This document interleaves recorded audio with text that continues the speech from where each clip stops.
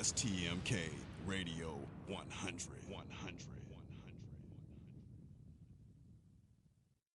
This is Tassie Hawthorne from sunny California, and I listen to STMK Radio 100. Stop the madness. Keep it 100 on Facebook Live.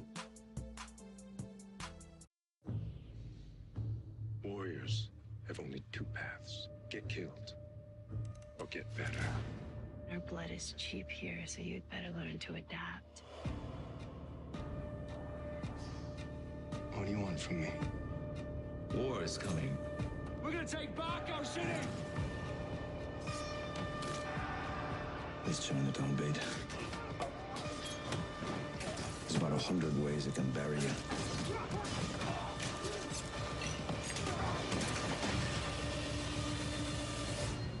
You do what you have to survive.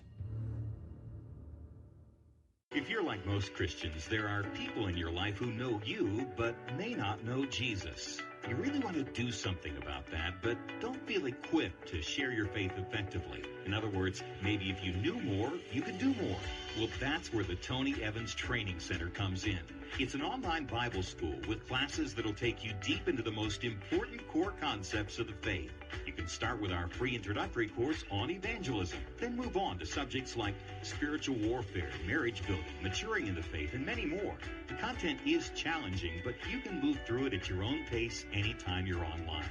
There's also lots of custom content from Tony and an online forum where you can get your specific questions answered. Go to TonyEvansTraining.org and start your free intro course today. The Tony Evans Training Center, where you can explore the kingdom anytime, anywhere. Hi, I'm Smokey Robinson. I recently spoke to some fans at the Rock and Roll Hall of Fame.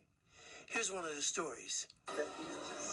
Michael Jackson, the Beatles. I remember when Michael Jackson Michael Jackson passed away. I was crying, like it hurt me so much. I was devastated, but his music still is on in my heart. Bye guys, bye. That was great. I love it. And as they say at the Rock Hall, long live rock. You gotta put it like a Cadillac, but I can send you into overdrive.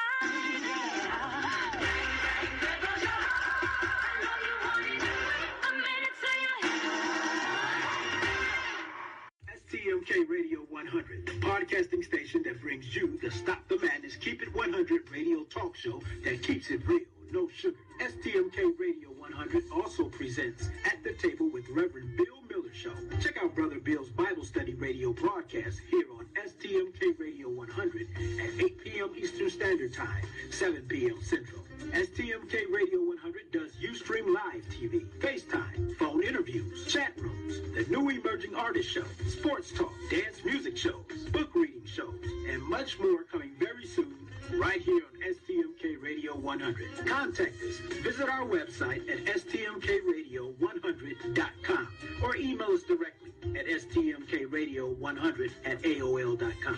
Give us a call at 1-866-484-7865. That's 1-866-484-STMK. Call us now. STMK Radio 100. Pretty girl, pretty girl. Pretty girl.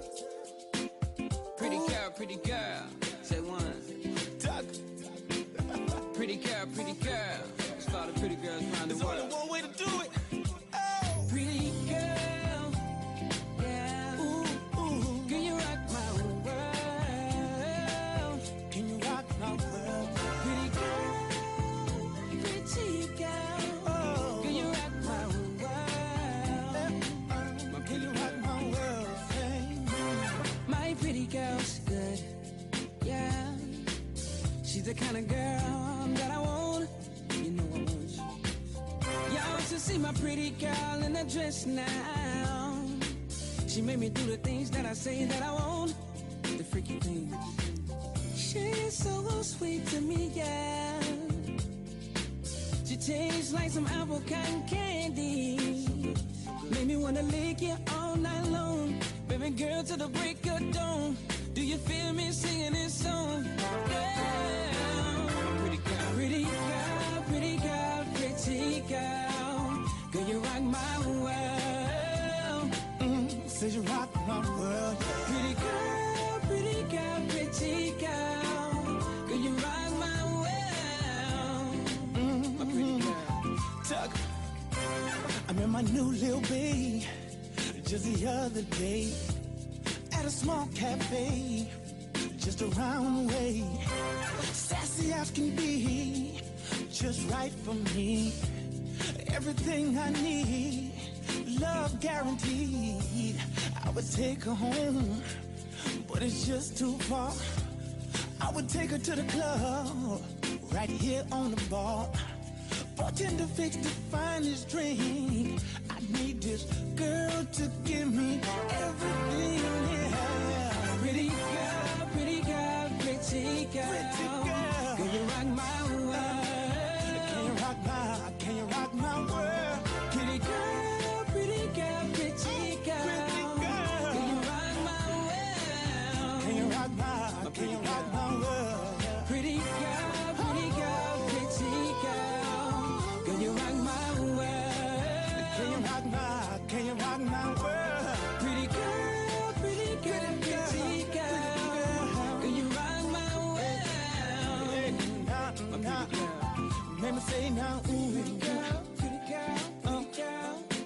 So can you rock my Pretty girl, pretty girl. ooh? Can you rock my world? Pretty girl, pretty girl. Don't hurt him too much, Jay.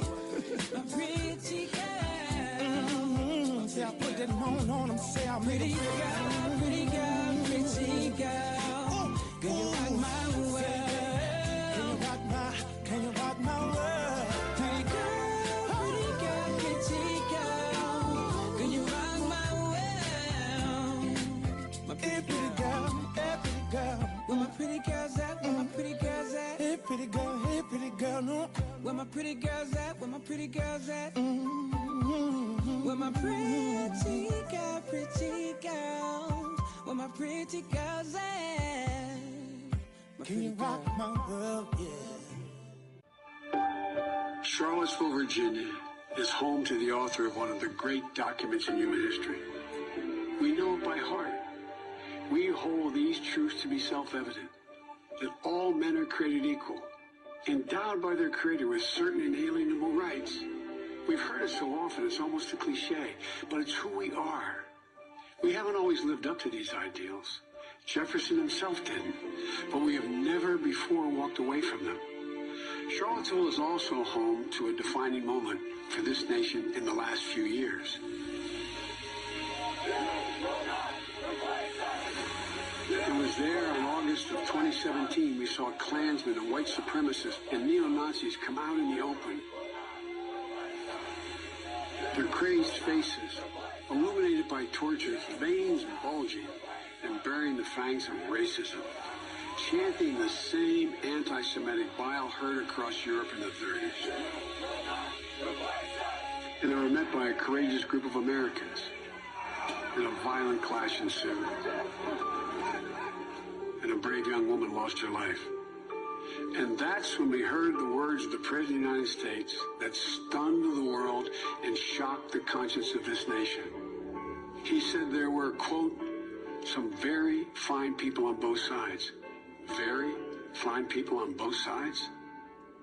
With those words, the President of the United States assigned a moral equivalence between those spreading hate and those with the courage to stand against it. And in that moment, I knew the threat to this nation was unlike any I had ever seen in my lifetime. I wrote at the time that we're in the battle for the soul of this nation. Well, that's even more true today. We are in the battle for the soul of this nation.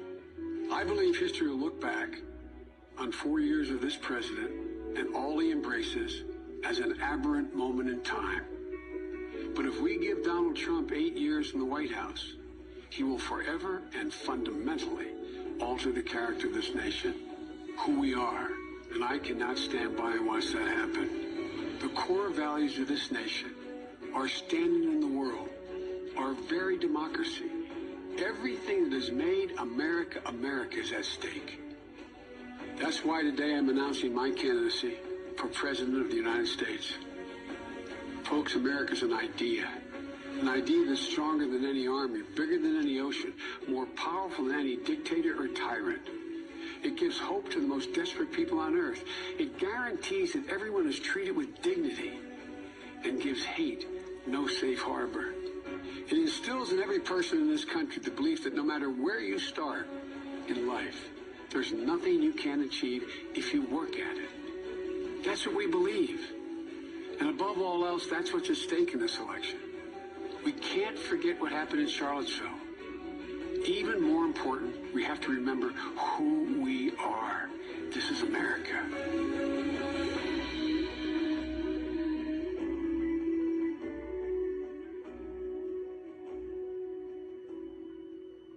You're listening to Stop the Madness. Keep it 100 with your host, Shawn L. Let and Tone the Stone on STMK Radio 100. 100. 100.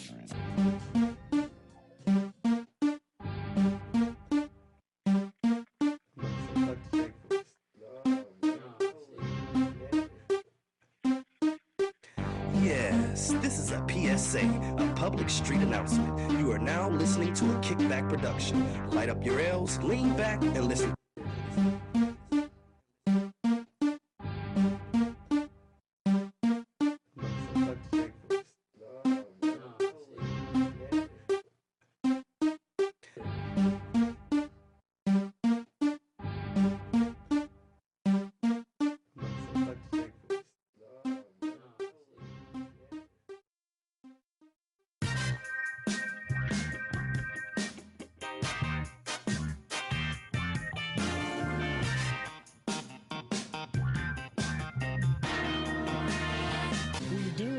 That Donald Trump Sr.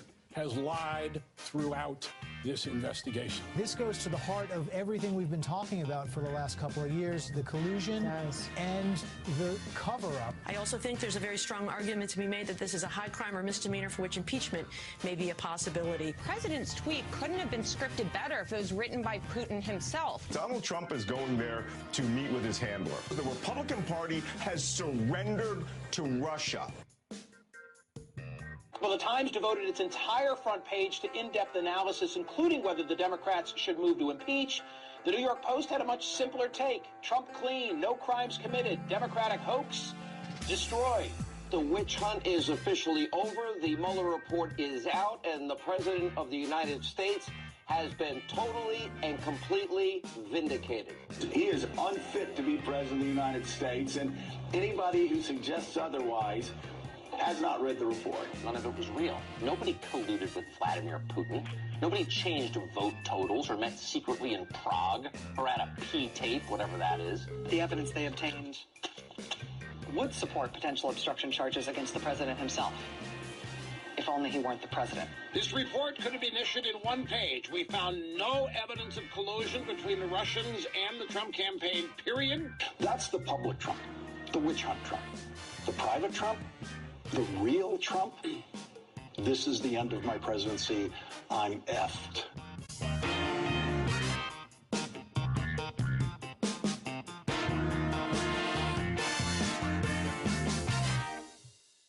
Hey, good evening and welcome to Free Fall Thursday. Stop the Madness, keep it 100.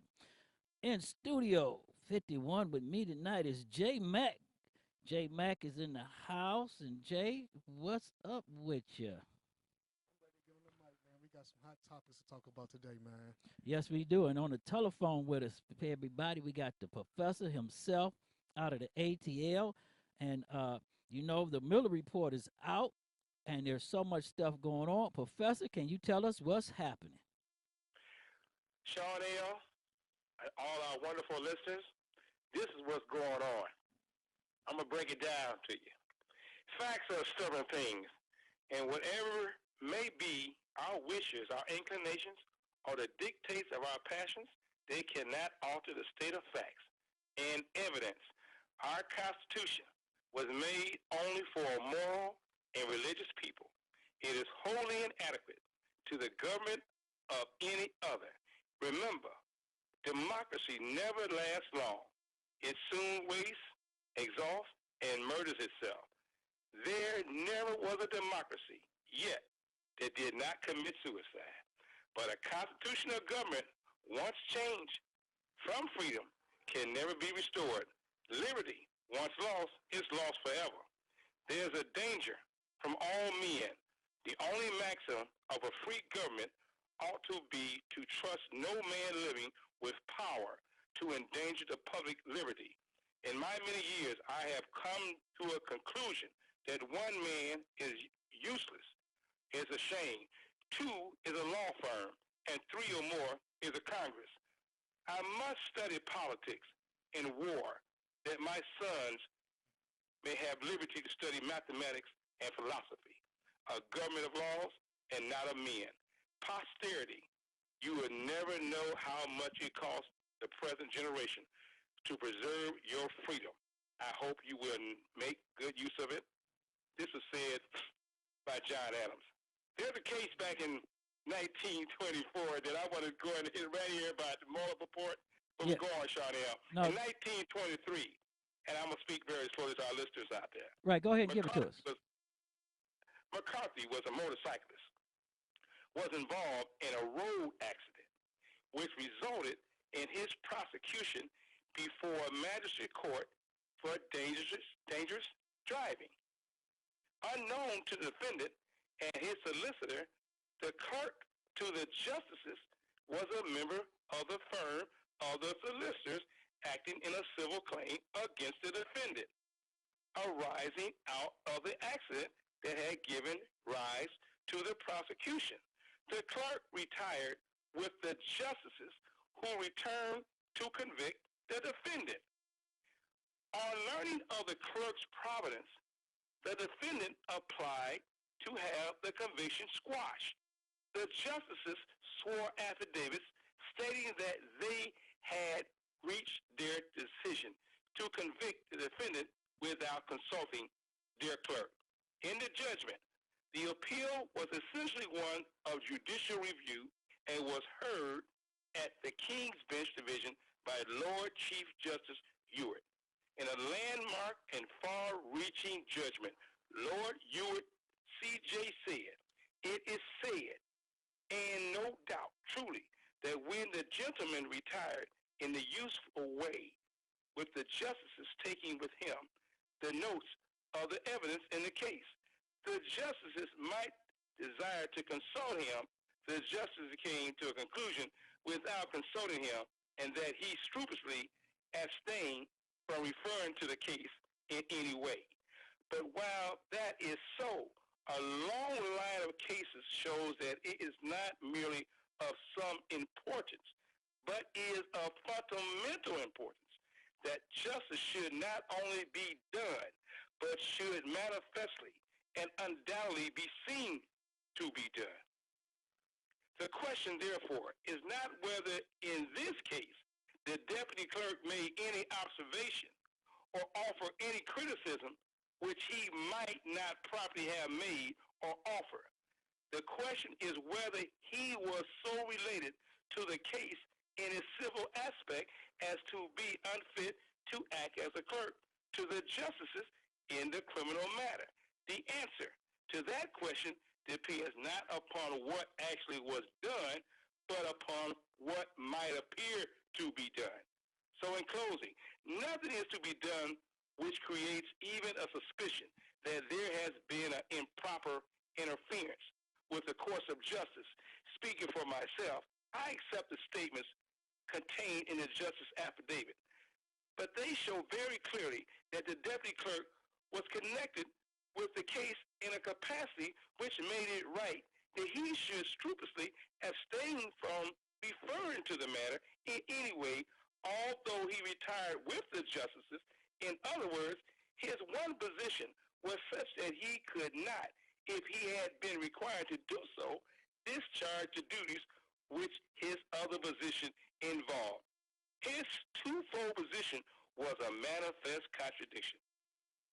In these circumstances, I am satisfied that this conviction must be squashed unless it can be shown that the applicant or his solicitor was aware of the point that might be taken, refrained from taking it, and took his chance of acquittal on the facts and then on a conviction being recorded, decided to take the point on the facts. I am satisfied that there has been no waiver of the irregularity, and that being so, the rule must be made absolute and the conviction squashed.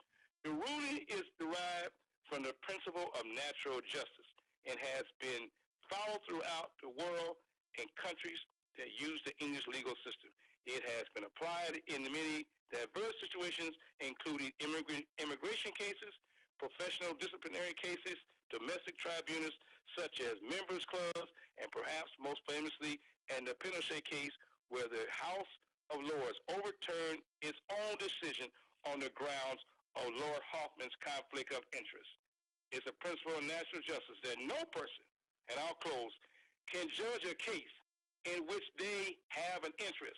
The rule is very strictly applied to any appearance of possible bias, even if there's actually none.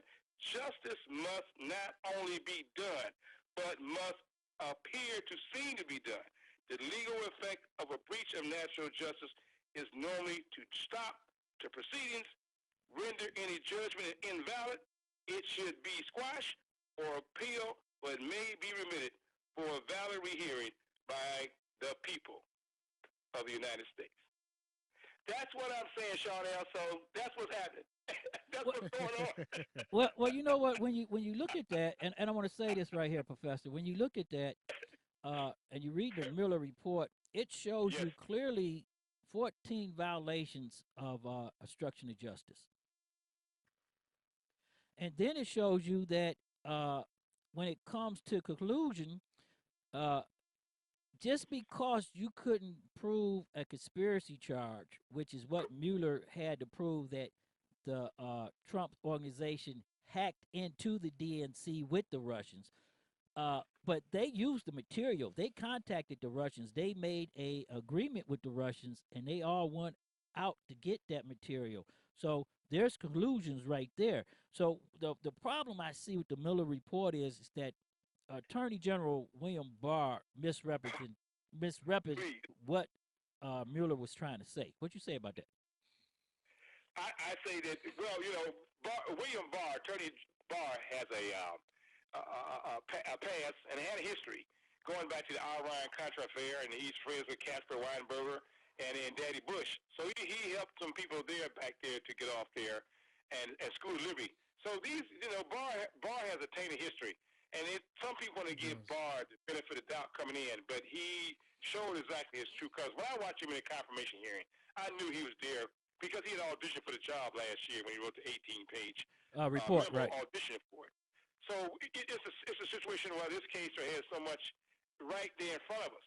But the thing about it, one thing here that's going to we're going to see it now, because we had an inflection point. As you hear a constitutional crisis. I think wait a minute before you go before you go right there, Professor. I think that we are in a constitutional crisis. Oh yes, we are. I don't think we headed there. I think we're there. We're there. We're in some bad times. I said this a while back though. And yes, you did. We have a criminal in the White House. He's already a conspirator individual number one in New York court in court in New York. Individual number one, this guy's indicted. He's unindicted co-conspirator. Nixon was an unindicted co-conspirator. And Republicans right now with him challenging the House and all this is going to court. I can see Donald Trump's place. Everybody don't understand what Donald Trump is doing. What Donald Trump is telling you that he's going to run this clock out before the election. Correct. That's his intent. That's his intent. But he's doing something now that he's already, like I said, you're in a crisis. You know, they can talk about it, muddle it, how they want to split hairs on television with all the major outlets and everybody, but we are there. And the thing now is so that they've got to meet power with power. That's it. The Constitution was set up long, the Constitution was here long before you and I got here, and it'll be here long after you and I gone, and long after Donald Trump went off to Wonderland. Well, I'm going to say this because the Republicans have taken off the gloves. So the Democrats are going to have to take the gloves off and go uno with uno. Yes, us versus St. Clair. Right. And when you look at this, I want everybody to understand this. Right now, the Republicans are already trying to set up a discord with the Democrats, talking about the Democrats can't do this or they can't do that. The Democrats can do whatever they want to do. They're doing the same thing like right now with Biden. They're trying to hold Biden accountable for mass incarceration. They're trying to hold Biden accountable for the Me Too movement. Everybody has to understand this. If we keep letting our enemies set the agenda for us, we're going to have 4 more years of Trump, and then it's over with.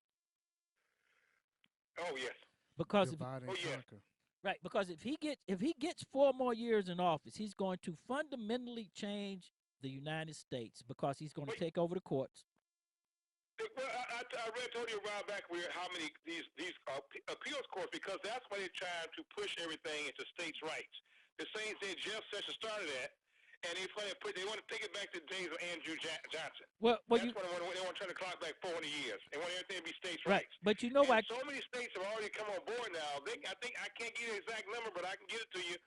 How many states have ratified? Where so many states can get together, and they in turn have enough states to overturn the Constitution of the United States. Well, not only that, if you have to look at it, the reason Trump want to go to court because everybody failed to listen during the last election. He has appointed over 85 federal judges. He's hoping that one of his judges get a case.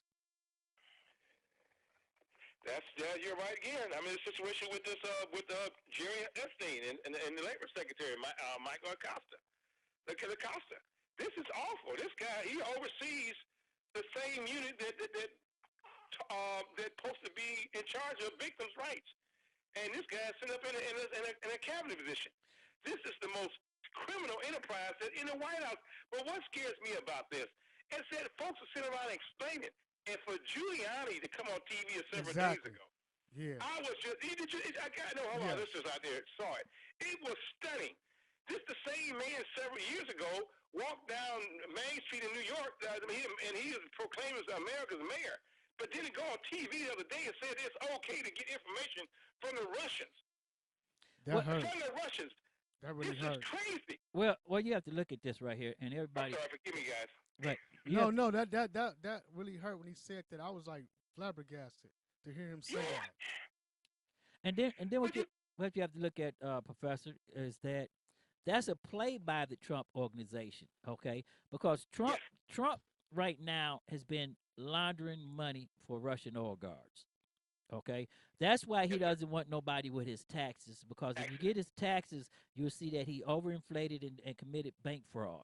And then you will see that Russian oligarchs who's been stealing money from Russia is buying property here, like for a condo that may be $750,000 or $100,000 or $1 million. They're paying $50 to $100 million for straight money laundering. And Donald Trump is invested with that. His son-in-law is invested with that. And right now, the courts are going to have to fight, because if you look at what he's doing right now, he has told his administration to ignore federal congressional subpoenas for his taxes. There's a law that says that if Mnuchin does not turn over those taxes like he's supposed to, he can be removed from office and charged. So what Donald? He should be immediately. Cabinet members can be impeached, and it's not so much like this. Because see, the cabinet members were not elected, and understand this too, my people out there. William Barr was appointed by Donald Trump. Donald Trump might have been elected by nefarious reasons, but William Barr was appointed by Donald Trump. William Barr was not elected by the people of the United States. Therefore, he has no power over Congress in his capacity. And even with this DOJ law, you can't indict a sitting president. The Department of Justice do not make law. That's a policy. Right. Therefore, once again, it goes back to the Article 1 of the Constitution. Congress has the right. But I think the DOJ and them lied to the American people. And I think, God, yes. and I think Congress lied to the American people because they relied on Mueller to do his job. And Mueller, if you read his report, in his letter, he clearly states that he operated under the DOJ's rule guidelines that he could not indict a sitting president. But he laid out all the laws that was broken, and he said Congress should have to deal with this. That's it. Okay. Now I'm going to tell all. It reminds me of Pontius Pilate handing over Jesus. Right, and the bottom line is this, Jay. Just talk up a little bit louder. What I want to look at that, Jay, when you say that, what they did with Jesus, but if you look at what happened here, see, I only want to say this one thing to the GOP: Benghazi, Benghazi, Benghazi. Hillary Clinton had to sit before them for 12 hours and ask the questions. Okay, and when you look at what's going on in the report, when they tell he already waived executive privilege. Okay, so when he waived executive privilege, his lawyer told them what it was. Now he's going to tell his lawyer not to testify and lie. But see, I believe right now Nancy Pelosi need to quit playing around, and they need to start filing in the courts to have the court rule on his taxes, on them having to come and testify. Because even if you don't impeach, you can start an investigation to see if you want to impeach. Correct. You got to make the inquiry. The thing that made so stunning for the young people today and what have you is that, in fact, during Watergate, and leading up to Watergate in '74, a lot of us, the American public, were being brought along as the case was being put on television. They were able to see the witnesses. By the time they had the impeachment hearings in the Senate, you knew exactly what was going on because the people being trotted out there. But once again, you hear keep saying there were Republicans at that time who went down Pennsylvania Avenue and told Nixon, "You got to go." I understand Nixon was a lawyer. Nixon was smart. But this right here, I can't understand why everybody is so hell bent on getting around Trump when this man was with the Russians. This is not some North versus South or East versus West or some internal thing. Well, this is an outside government, and when infiltrated, we should know why and what you got to do with it. Because 30% of the Americans believe in his neo-Nazi system. They believe in Trump. They do not want to see their president. 30% of white Americans believe in his neo-Nazi system. They believe in that. They don't want to see their white president taken off. And it's two words. So let's keep it real. It's two words. Please. And the two words is Obama. Okay. Yes. And if you look at this right now, this is what I want the Democrats and everybody to understand right here, because we're going to go right into this. If you look at the state of politics in America right now, the Republicans have already signed on to whatever they want to do because of President Obama. So what they're telling you is Trump can do no wrong. It's the Willie Sop thing, that the lowest white man in America is better than the richest black man. So it goes back to the Bacon Rebellion, where they told you that no matter what a black man do, he's beneath you. Okay? And to say that Trump has done something wrong, then you break that myth. Okay? I'm just going to keep it real. You break that myth. So right now, what the Republicans is looking at and what everybody else have to look at is that President Obama is about to come off of the bench and get into the ball game. Oh, yes. Okay? And Shawn. and all of his coalition is coming. Now, I was talking with Jay about this earlier. 47% of America did not vote. Okay? And the mainstream media, all the people that's talking, and everybody else just want to throw this 47% back into the pot like it never happened, because they didn't vote for Hillary, they didn't like Hillary, and they didn't vote for Trump. So 47% of America sit at home. Okay?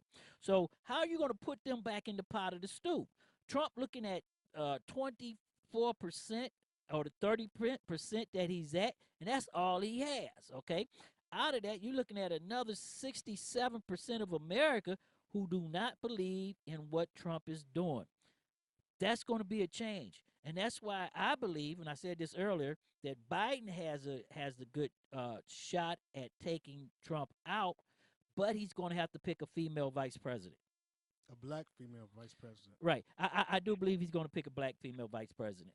I don't know which one it's going to be yet. I'm going to look at I'm looking at the black women out there, because I looked at the women's conference in Houston when all the did you see that yesterday? See the people? Right, when all of them went over there. Yes, I did. I'm so proud of these black women. Well, Our sisters now I want to ask you. I want to show you this question. I want to say this again Please. so everybody get. When Bernie Sanders brought up Martin Luther King, you seen what happened. He got jeered. Okay. Now, what everybody has to understand, I'm gonna say this again. Bernie Sanders have a Southern problem with minorities.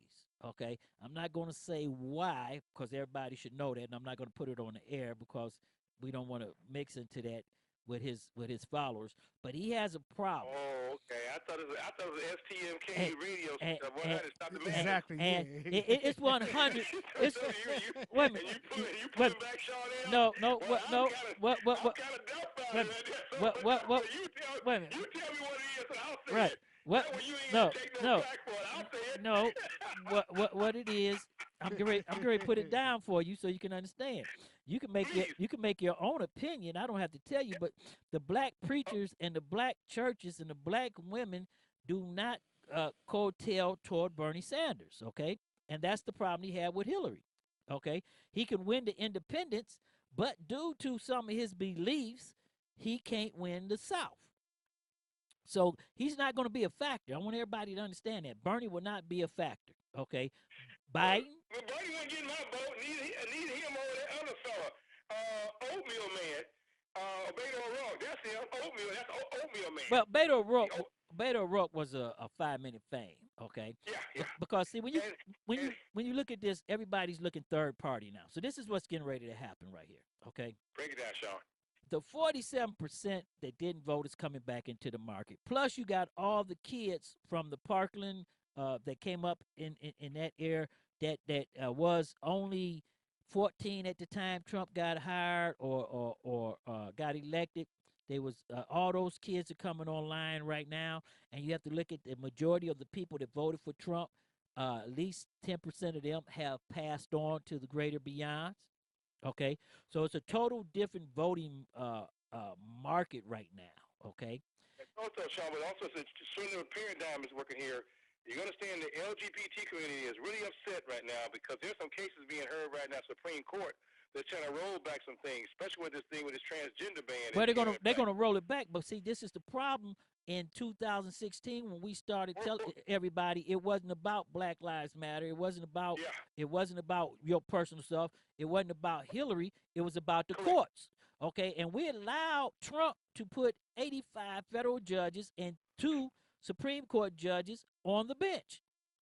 That's right. Okay, and if he gets back in office in 4 years, he's going to take over the Supreme Court because the liberal judges will be starting to retire. Okay, so that means you would have more conservative on the bench, and if he gets 3 or 4 more picks within the next 4 or 5 years, there's no way for that court to ever change back in our lifetime. You're right about that. I feel sorry for my grandchildren. And that's the reason when I went on this thing that I read you about the things we can study things. I mean, at my current age, where I'm here in my life, I look at it I tremble for the children, and as much as you remember the movie for the children unborn, I won't be here, but I remember so well, Shawn, and you do too. In 68. 1968. This thing is turned upside down, and those who can remember that time can see it. But like this one, we at the whim of a foreign government. That's Russia. We was always told to be fearful of Russia. But you know what? I don't think we had to whim of Russia because see, this is the problem that everybody failed to realize. Russia has done exactly what it wanted to do. It is called discord and mayhem and almost a civil war in America because it wanted to destroy our democracy.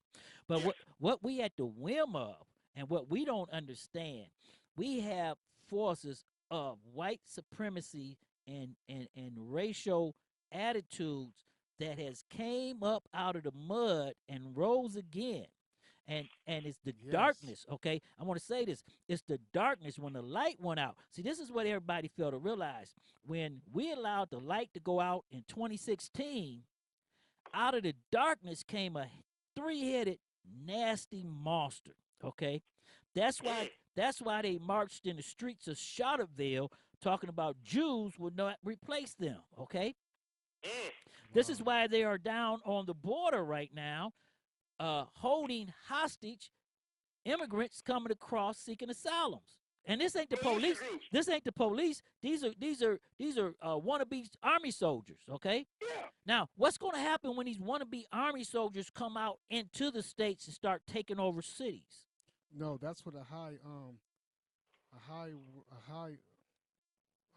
congressman said that if he feels, even the Democrats feel, if they take their president, it's going to be a war in the streets. Right, but you know, everybody says that. But I want everybody to understand this.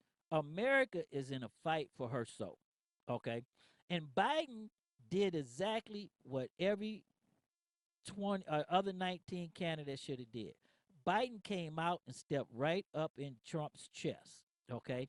And what he did was he attacked the conscience of white America. He didn't go after Trump. He didn't try to mismatch Trump's infidelities. He didn't talk about the Bible because you know what? The white churches gave Trump a mulligan, so it doesn't make a difference. But he went after the conscience of white America. And if you listen to that video earlier that he put out that we played, it clearly shows you where he's going.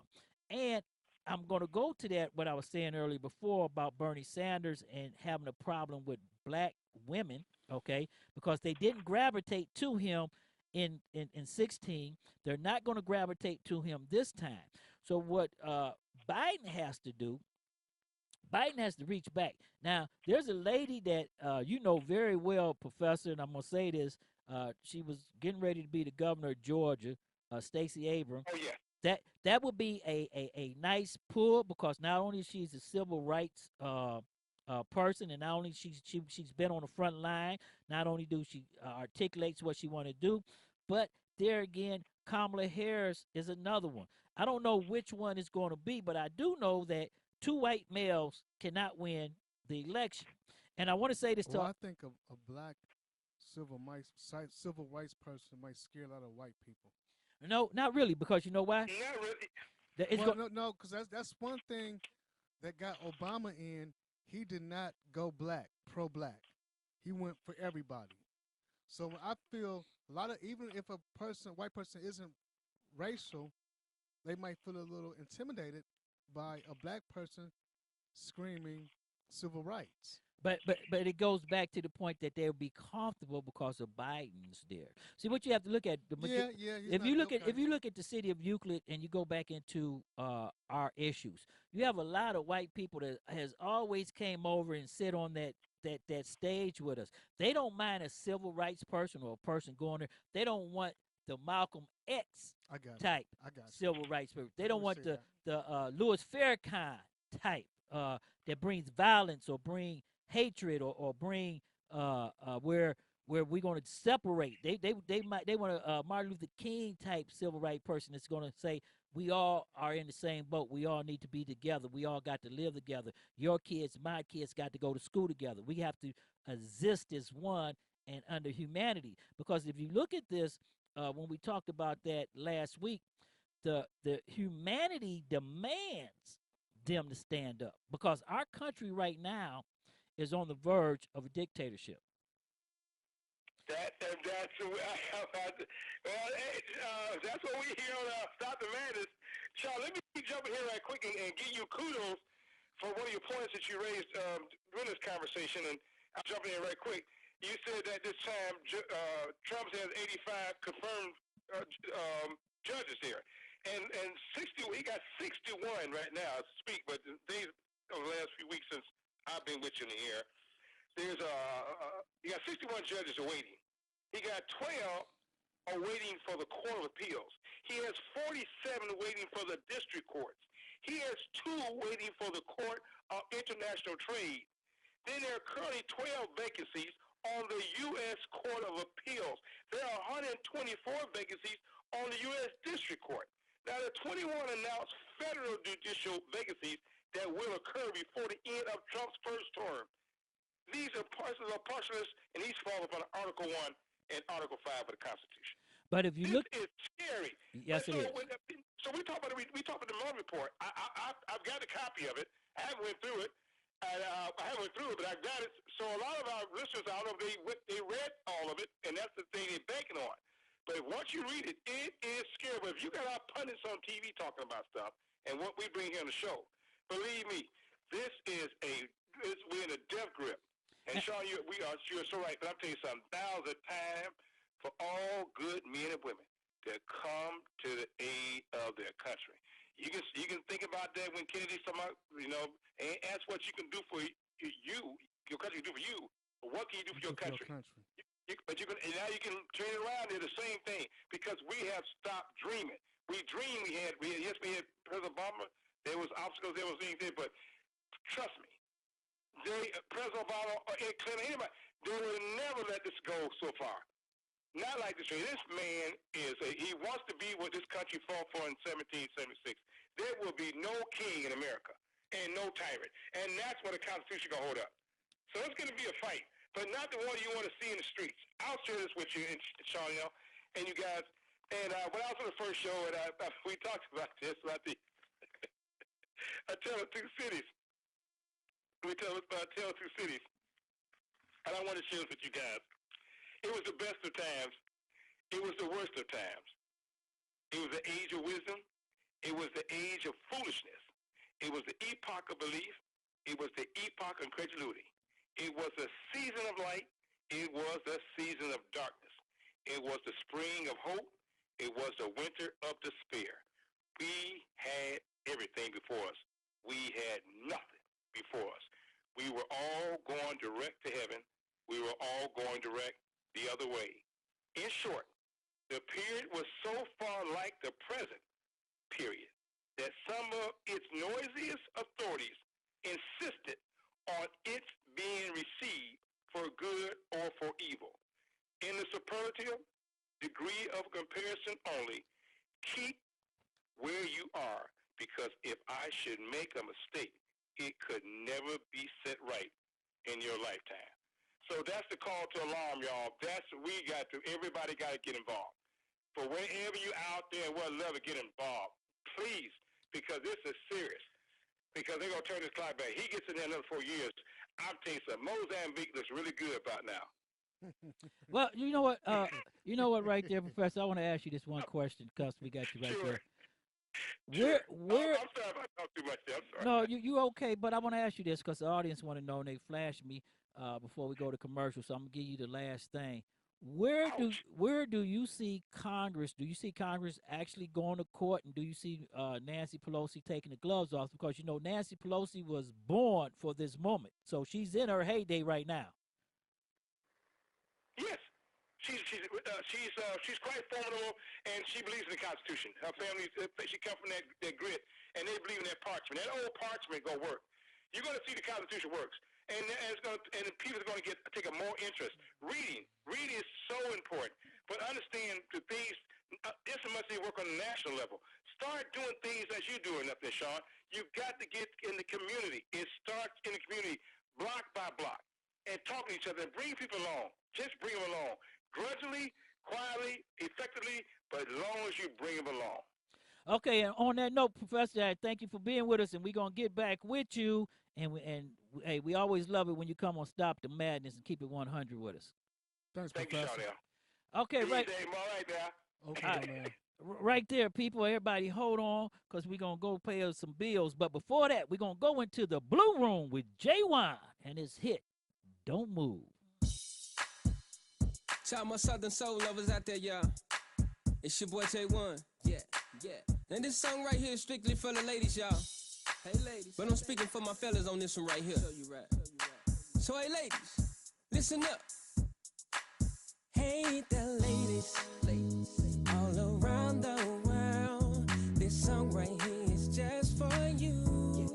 speaking for the feelers. When we be checking you out now, and you know what we be trying to do, you know, 'cause you got your hair done and your nails done, looking real good. Oh yeah, make a player wanna holler, make a man spend his dollars. Now baby, oh baby, ooh baby, baby don't move it, baby, like that. If I can't have you, baby don't shake it, girl, like that, no. If I can't have you, baby don't cool it, darling, like that, no. If I can't have you, baby don't jerk it, baby, like that, no. If I can't have you, hey, what time? Let me get a shot of grandma yet.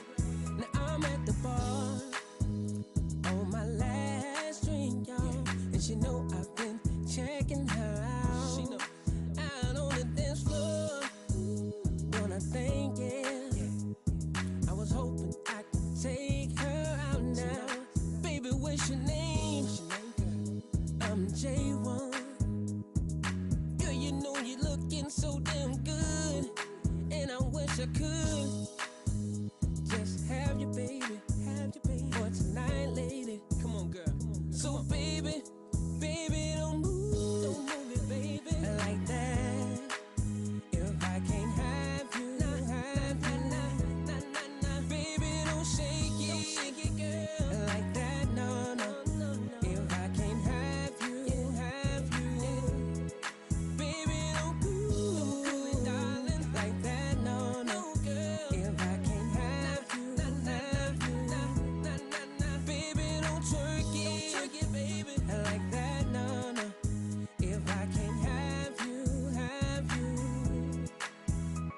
To all the ladies all around the world, if you know what I'm talking about, let me hear you say yeah. Let me hear you say yeah. Now my fellas all around the world, if you feel what I'm talking about, let me hear you say yeah. Let me hear you say yeah. Now ladies, pop it, pop it, pop it. Now drop it, now drop it, now pop it, now pop it, now drop it, now drop it.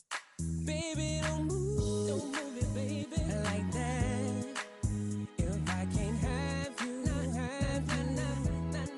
baby, don't shake it, girl, like that, no. If I can't have you, baby, don't cool it, darling, like that, no. If I can't have you, baby, don't jerk it, baby, like that, no. If I can't have you.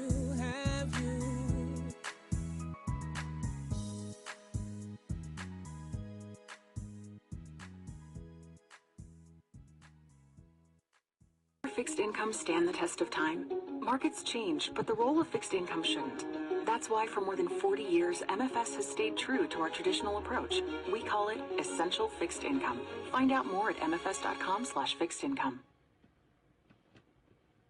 Gearing up for a fight. I'm Ed Donahue with an AP News Minute. Now that the Robert Mueller Russia investigation is over, President Trump says he will fight attempts by Democrats to continue investigations. We're fighting all the subpoenas. Look, these aren't like impartial people. The Democrats are trying to win 2020. They're not going to win with the people that I see, and they're not going to win against me. The president spoke as he was leaving the White House. On Twitter, the president wrote he'll go directly to the Supreme Court if what he calls the partisan Dems ever try to impeach him.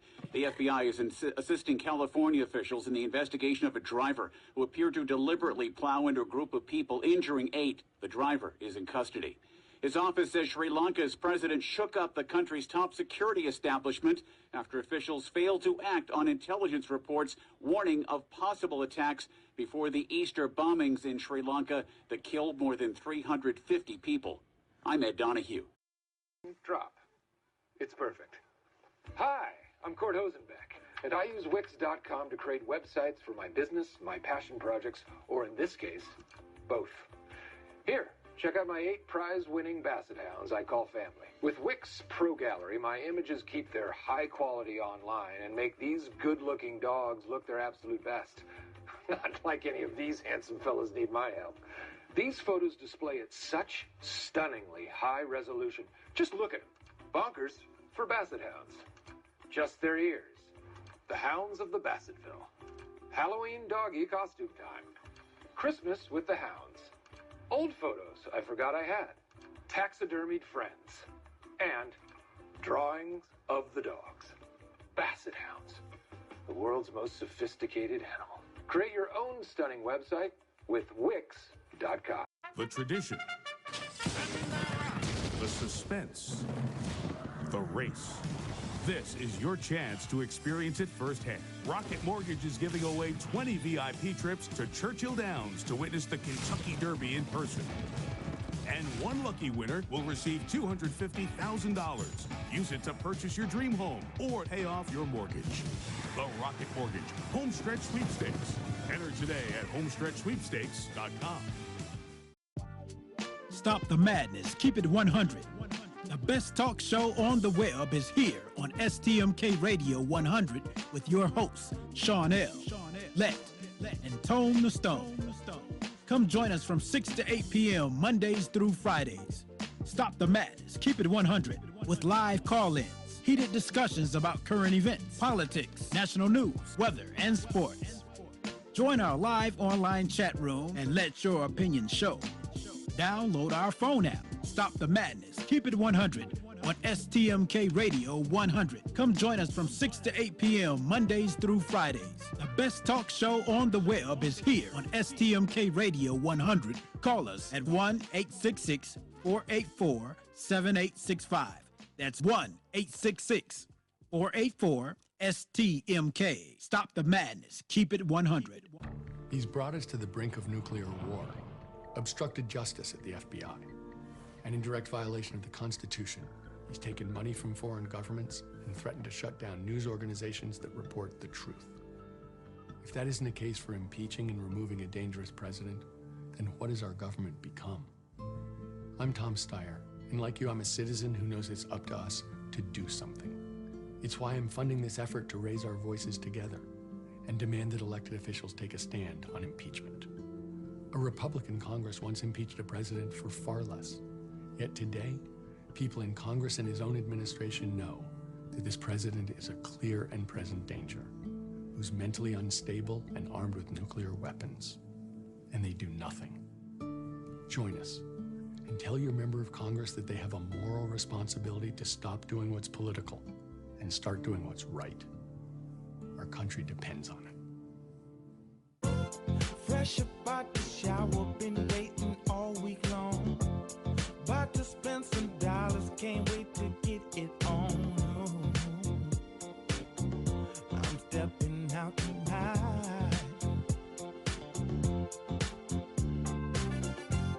Looking in the mirror, hot damn clean as a whistle.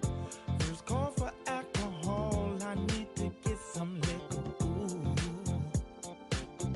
I'm stepping out tonight. I done heard my favorite song, so now I'm in my zone. Just sip a couple drinks, so now I'm carrying on.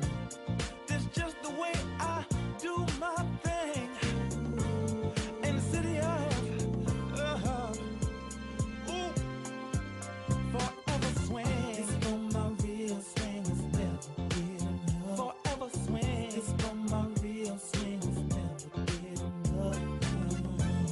That's just the way we do our thing. Forever swing. It's for my real swing, it's never get enough. Here we go. I want to see all the sexy ladies on the dance floor.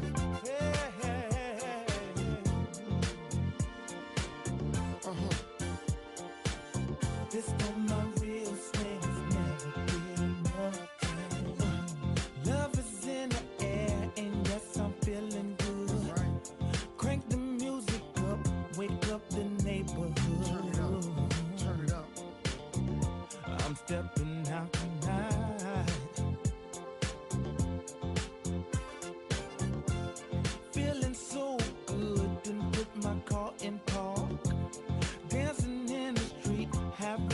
myself a ball. Summertime, baby. I'm stepping out tonight. I done heard my favorite song, so now I'm in my zone. And sip a couple drinks, so now I'm carrying on. That's just the way I do my thing. In the city of ooh, forever swing. It's for my real swing, it's never getting all the steppers out of here. Swing. It's for my real swing, it's never getting up. That's just the way we do our thing. Forever swing. It's for my real swing, it's never getting up. Swing. Swing.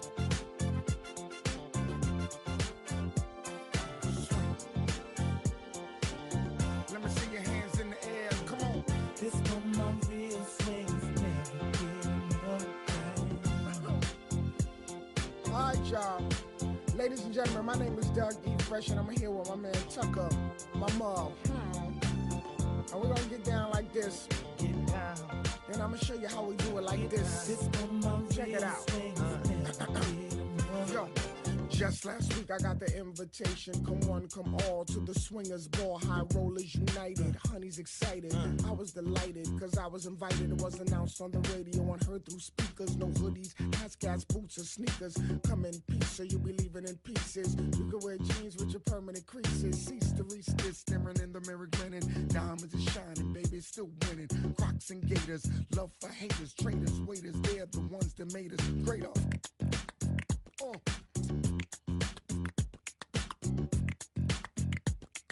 Swing. See, I done heard my favorite song, so now I'm in my zone. Sipped a couple drinks, so now I'm carrying on. See, it's just the way I do my thing. In the city of forever swing. It's for my real swing.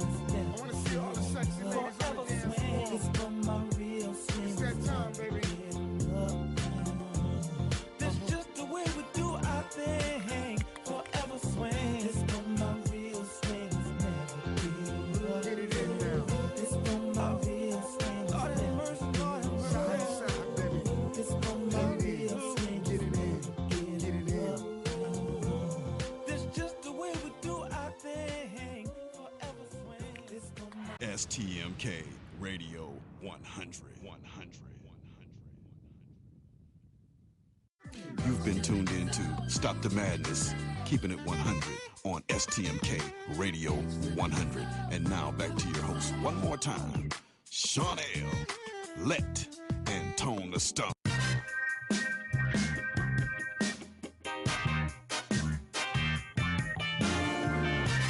So what you and I have got to do is get involved. You and I have to be right there breathing down their throat. Every time they look over their shoulder, we want them to see us.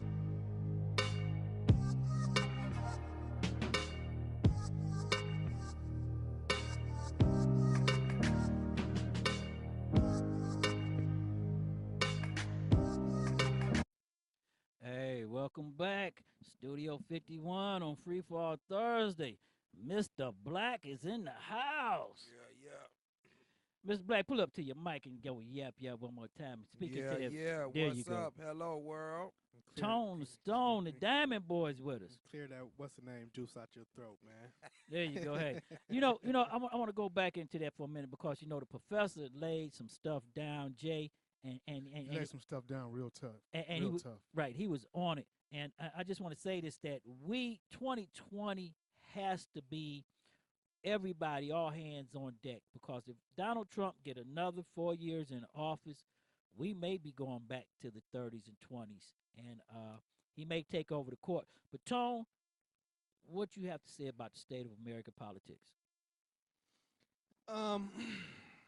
It's surreal right now. Like with Trump in office, like it seems like a joke, and politics should never seem like a joke. politics has always been liars and cheaters and all that stuff, you know, in my firm opinion. But with Trump in office, it just seems like a joke. And so we definitely cannot let him get another 4 years in office. As far as going back to the 20s and 30s, I don't know. I think before it goes there, we might have like another civil war, to tell you the truth. But nobody wants to see that. I mean, hopefully nobody wants to see that. So we don't need another 4 years of Trump. We really don't need another 2 years of Trump, you know. But, you know. Jay! I agree with Tony Stone a lot. I don't think it would be a civil war per se of like half the country fighting the other half of the country. But I do believe people will take it to the streets, especially if they try to impeach Trump. I think that would white folks. Well, I'm not going to say all white folks. There's a lot of neo-Nazi white folks out here in America that really believe in Trump and his politics. Well, I think impeachment's off the table. I really do, because what have to happen with us is, I think so too, is that impeachment would probably take us past the election anyway. The American people put him in office.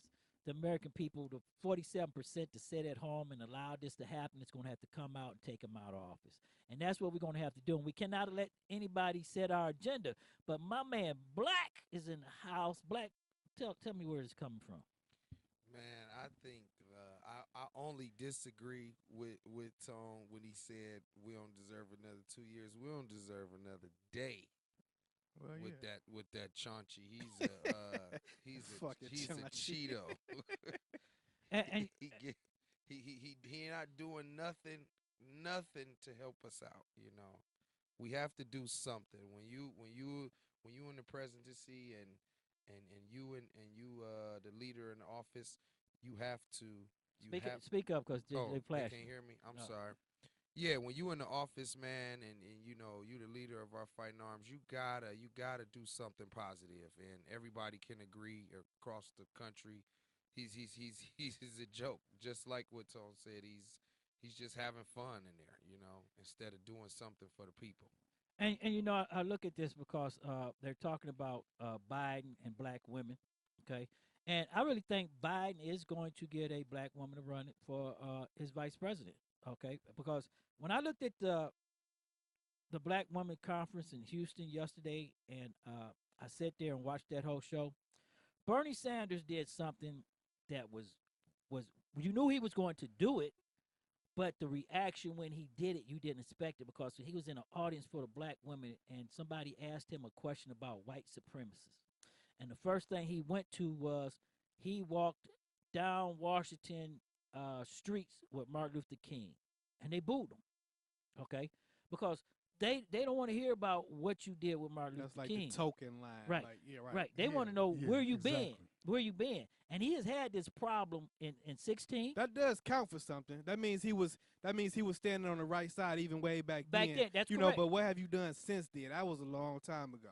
That's correct. And that's what I'm getting from that. And I'll go back to 16, where he had his problem in 16 with black women and the southern churches and stuff, and that problem's still there. I don't think that he is corrected. But you know, I got to go to my main man right here. J Mac, what is going on in the NBA? Well, it's very exciting. For one thing, it's that's a hell of a segue. I don't mean to cut you off, Jay, but that's a hell of a segue to go from the politics and yeah, we got to go to the NBA right now, because you know what, we in free fall, and we got 2 hours. We're going to turn around and we're going to leave the politics alone, because I don't think we can even talk politics, us four in here, after what the professor laid down. I don't think we can even go. Yeah, I really had some notes. Deep.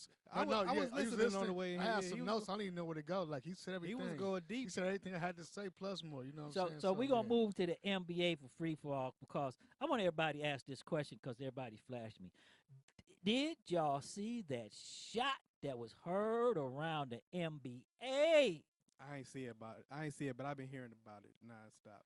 Well, it's something to be heard about. Something to be heard about. He's hey, Damien is the killer. He has to be known as the killer now. Not only did he break OKC, he destroyed OKC. I feel sorry because that brother has to live with that for the rest of his career. Truth of the matter though, OKC was already done with it. I mean, there was already a wrap for them. That shot was like the nail in the coffin. The shot was a nail in the coffin, but it was a wrap for them already. No, Tony. This was a close game. This was a close game. OKC was a big shot. But it was an elimination game though. It was a wrap for them. That's why it was a big shot. It was an elimination game. It was a very big shot. But I heard Stephen A. Smith say this might have been the biggest shot he's seen in his career. And people like, nah, it's been other big shots. Kyrie championship game. Cavs came back from down 3-1. Oh, no, what was it? Yeah, 3-1. That was a big shot. That was the biggest shot. After the Warriors had a 72 and 9. That was the big shot. But you had some big shots. No. People rebuked him about that and put out some other big shots. A lot of people get caught up in the moment. Right, but let me say this. For prisoners of the moment. This is the difference of the shot, though, Jay. This is the difference of the shot. And this is what I want everybody to know. It was like 35 feet, too. The difference of the shot was that he looked at this man, told him to come here in your face, playground style. Okay. I ain't seen it. I'm gonna have to go look at this video. I'm gonna have to look at this video. Hey, and then turn around to his people, and the ball was in the air, didn't even hit net yet, and he looked over at the bench at KC and started waving bye-bye. To know it was that good from that, because it was like near the scores table. It was. I heard about it. Yeah. D. Lillard, he the truth. I ain't no friend. I'm just talking shit. Obviously, he the truth. But he's got to do it. See, that was just a round one playoff game. You know, he got to do it. If he make it to the finals, he got to do it in the finals. He got to do it. He did. You mentioned earlier, Shawn, that he did it against the Rockets last year. Right. He got to do it against the Warriors. If the Warriors even make it, because the Warriors, the way they looking right now, they might not make it. You asking for an awful lot. Let him start slow. No. Let him start slow. If you gonna call him a Stone Cold Killer, he got to do it. He got to do it when it really counts. Believe the hype. He got to do it when it really counts. Is definitely going. Damian Lillard, great point guard, great shot. But I'm sorry when y'all go see. They sure are taking their time with the Jazz. With the Clippers. Well, you know what? I think now I'm gonna say this. They keep playing around with the Clippers.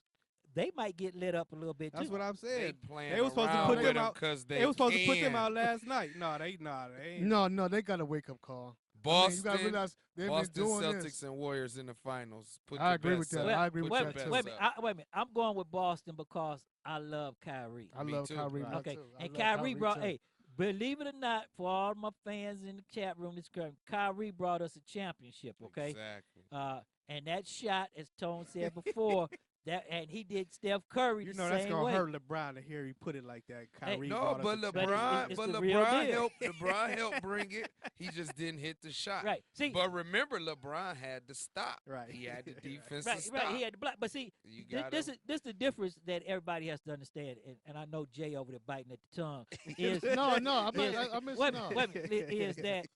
that if you want to be the man in the time when the time come up, just like Damien did. When the time comes, and this is it. There's no tomorrow. This is it. Either you do or don't, because they would have went in overtime if he'd have missed. Right. But when he stood up, he took that moment. Okay, I'm going to be the man. Okay, that's what LeBron was supposed to do. Be the man. He wasn't supposed to even let Kyrie have that ball. If that was Jordan, wouldn't nobody else had that ball. Okay, Jordan would have had that ball. I mean, But Kyrie is a killer like that. That's the limit you have when you got two killers on your team. But if you the main killer, you gonna say LeBron ain't gonna kill it. That's what you was about to say. I don't really see that. I mean, honestly, that series right there made me put LeBron maybe a little bit above Larry Bird. So I always put Larry Bird above LeBron. That series right there coming back 3-1, LeBron got the dog in him. Against maybe the greatest team ever. The Warriors might be the greatest team ever. No, they're not. They might be the greatest team ever. There's no team ever. Well, if they first of all starting 5 all-star team with a shooting pack of Klay Thompson, Curry, and Kevin Durant all on one team. They're not the greatest team. They're not done yet, Jay. You got to see what else they do. They only got 3 right now. Thus far, I can't. Okay, I'm talking about. I'm really going for the season. Everybody say the greatest. They had to held the greatest record. And they lost. They lost the finals that year. Yeah. Right. So yes, just like Well, they don't have the best record this year.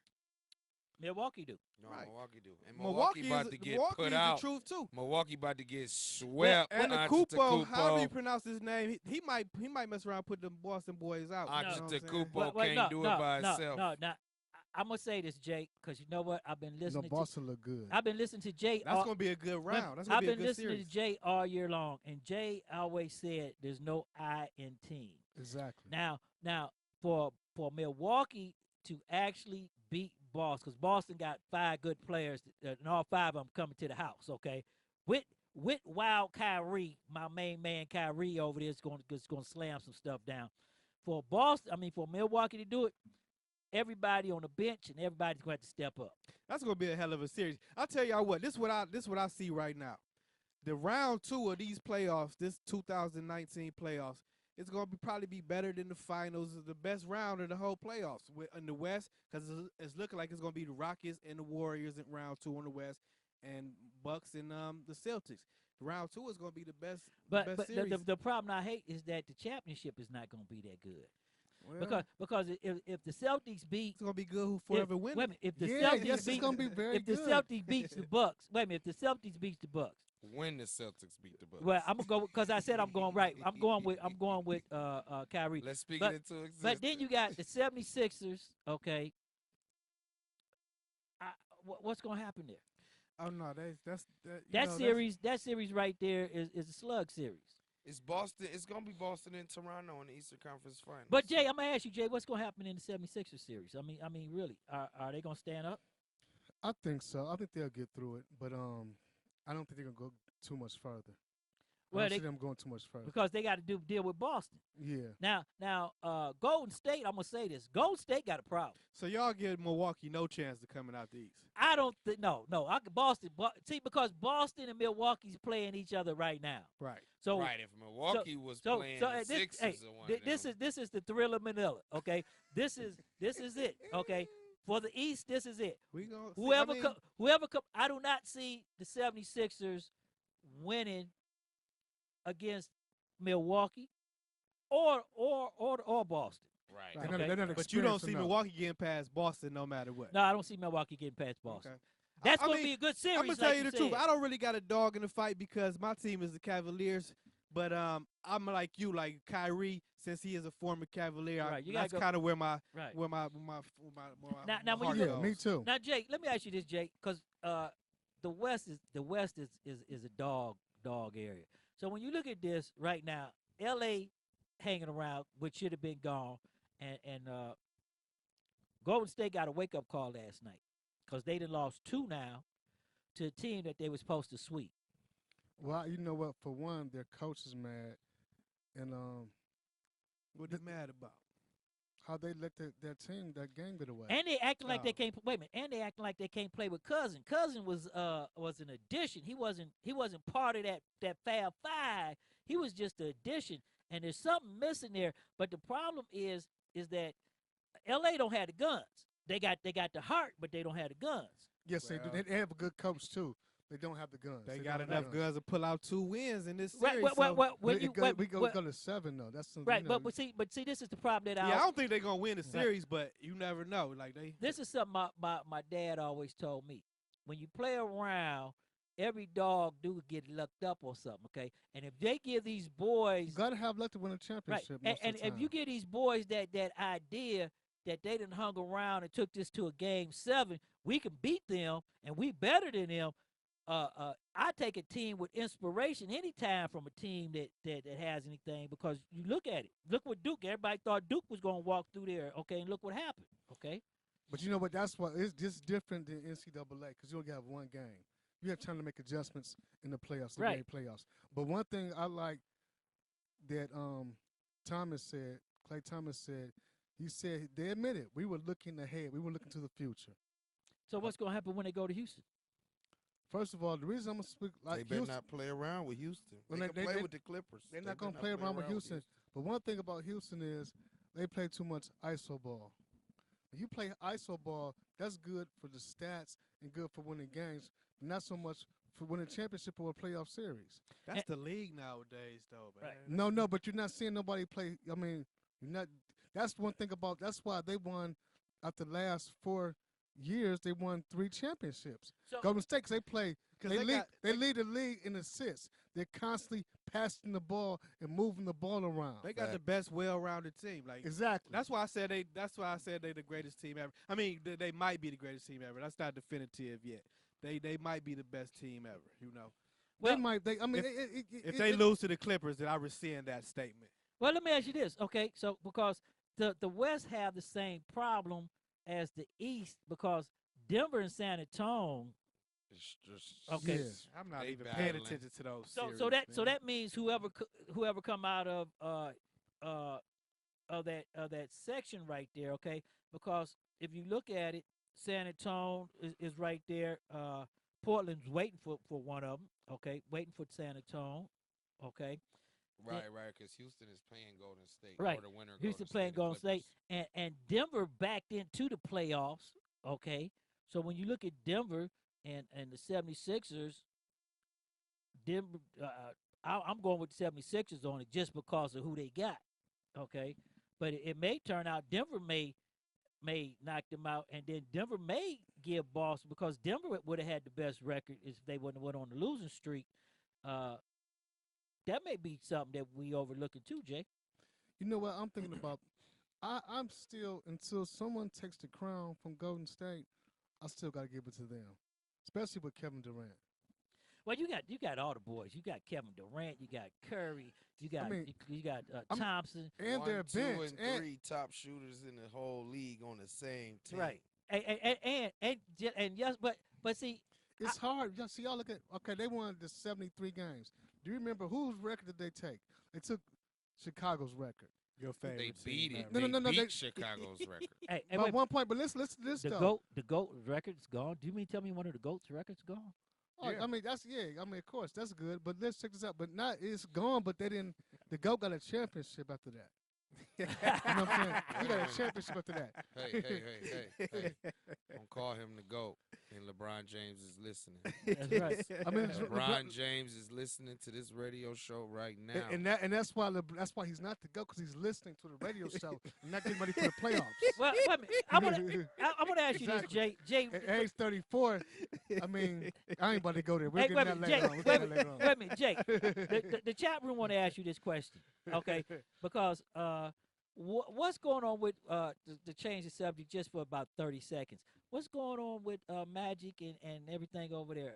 Didn't Magic steal LeBron from us to bring him there to build a championship and build that team around him?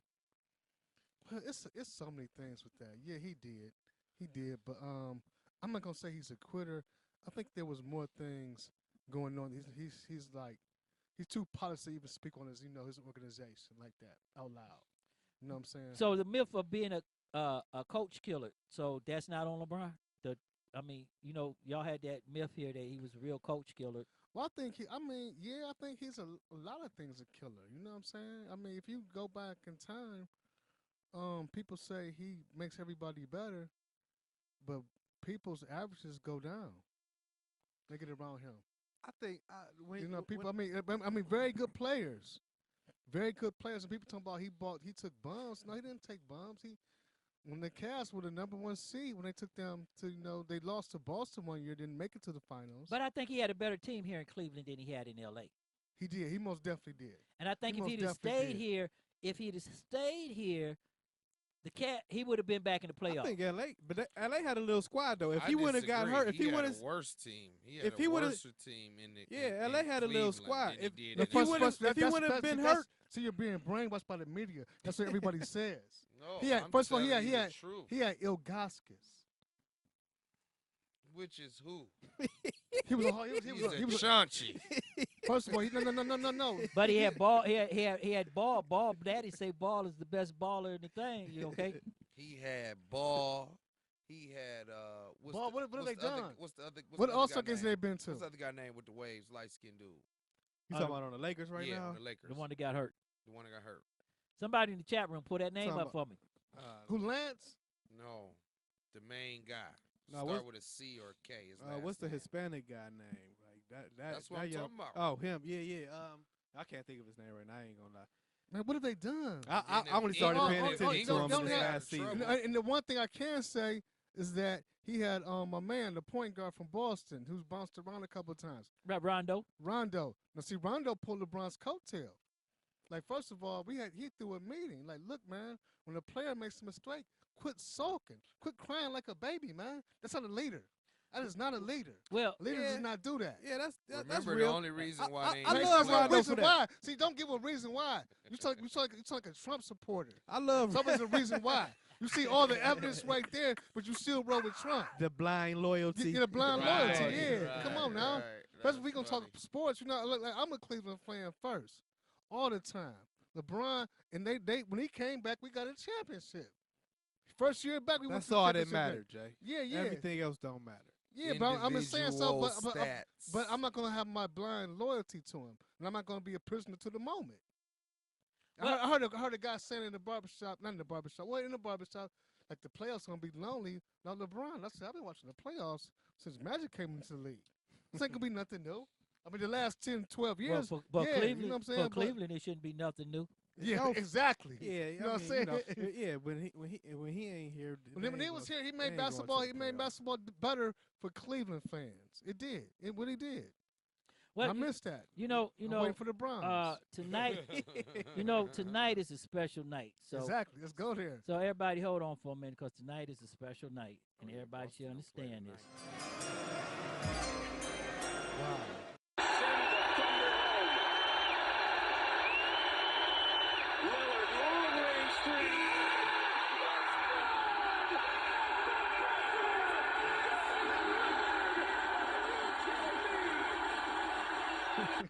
Hey, that was a shot heard around the world, and that ding, ding, ding. The Cleveland Browns are on the clock right now. I thought that they had no first-round picks. No, they don't have one until the second round, 17th. But 17, but when you look at the NFL draft tonight, you have to understand this and look at this. The number one team, Arizona Cardinals, getting the pick. The Browns shouldn't have traded their picks, you ask me. But if Bell Jr., if he plays and give us what he got, then that could be. I can see them giving away their pick for him. So Odell, you better give it to us, because if you don't, we're gonna run you out of Cleveland. Oh yeah, they will definitely. They don't play about it. Woo! Now San Browns. San Francisco got the number 2 pick. New York Jets has the number 3 pick. Oakland got the number 4 pick. Tampa Bay got the number 5 pick. The New York Giants is at number 6. Jacksonville Jaguars is number 7. And Detroit Lions is at number 8. And the Buffalo Bills at number 9. And then Denver is at number 10. And then we got our Cincinnati Bengals at number 11. But the Browns don't get to pick until the second round. And so right now, Jay, when you look at this and you look what the Browns is building, and Kitchen might be getting ready to put an all-star team together, where you see Tony, no, let me go back to Jay. Where you see the Browns going to? Well, they're looking at this a 7-2 center in the second round. They're trying to rebuild that line. Well, they have to build a line if our boy's going to do anything. Yeah, Beckham, yeah, because no, I like Beckham, and I think we did better last year if they would started him. But rebuilding that line, because we got some running backs. Right. Oh, we got a team. We got a team. We got a tandem now. We ain't had a tandem since Mack and Barton. Anything about them? They only played. People don't know this. They only played. I think maybe like four quarters that whole season together. Right. So they were always hurt. They were hurt. You know what I'm saying? And if you look at if the Browns get into their hole right there, if the Browns get into that hole, okay, and they get into a winning streak, the best running back in the NFL be off a suspension at that time, coming in about the 8th grade. It's on. It's on. Duke wants to be traded. He didn't demand a trade. He says he wants to be traded. Well, you know what? He knows his touches are about to go down. Well, his touches should go down. Because when you look at that, they have to go down, okay? And when they have to go down, everybody has to come around and ask that question: are we going to give? If we got the tandem running backs there, and then we got Jarvis coming through the slot, Odell Beckham there, and we got a quarterback that can get them the ball. We ain't gonna take our best people out of the lineup. Right. He knows that. Okay, and then you look at the defense. If we can get some defense and kitchen, because the offense is going to be potent. Okay, now if they can click, that's the thing about it, people. If they can click and everything goes the way it is, you have to remember last year the Cleveland Browns lost a lot of games the last minute and on field goals. Okay, and that's going to change this year dramatically. So Tone, I'm going to ask you the question right here on the draft. What do you think the Browns should be looking for first? That's the number one question. What you think they should be looking for? And I want the rest of y'all to listen to this. Oh, I don't know. I'm gonna tell you the truth. Okay, I don't know. Wait a minute. When you first asked the question, I thought you was asking for predictions for this next season. I am, but you didn't listen. You didn't listen to what. Let me finish. Okay. Okay. What I was saying is the first question I want you to hear is what should they be looking for? What part do we need? And then I want you to give me the record of how you think they're going to finish. All right. I don't have an answer for that first part. I feel like the way they finished off the season last year, coming off the last few years, how they've been, and how in the season they managed to put together last year, they were a pretty solid team. Of course, there's some adjustments that need to be made. I don't know. Me personally, I don't know where those adjustments need to be. I'm not even going to sit here and pretend like I do, but I do pretend. But I do see them making the playoffs this year. So what's the record? 11-5. 11-5. Ooh, that's a good one right there, boy. That's the Kitchen gonna be the man. J Mac, what they talk about in the shop? What do the Browns need, and where you see them records going to be? Well, the other barber, my man Vito, I know he's not listening, but he probably still at work. But he used to love the Browns, but he's hurt by the Browns. A lot of people in Cleveland are hurt by the Browns. How they let them down so many times. He's betting against the Browns. He's saying 8-8.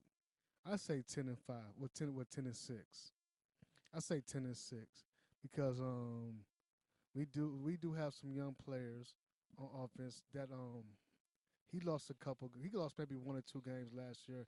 Our tight end, the young tight end, he had a little couple Butterfinger games. So I say 10-5. Say 10-5, 10-6, and we can't forget. Okay, you can't. I always respect Pittsburgh.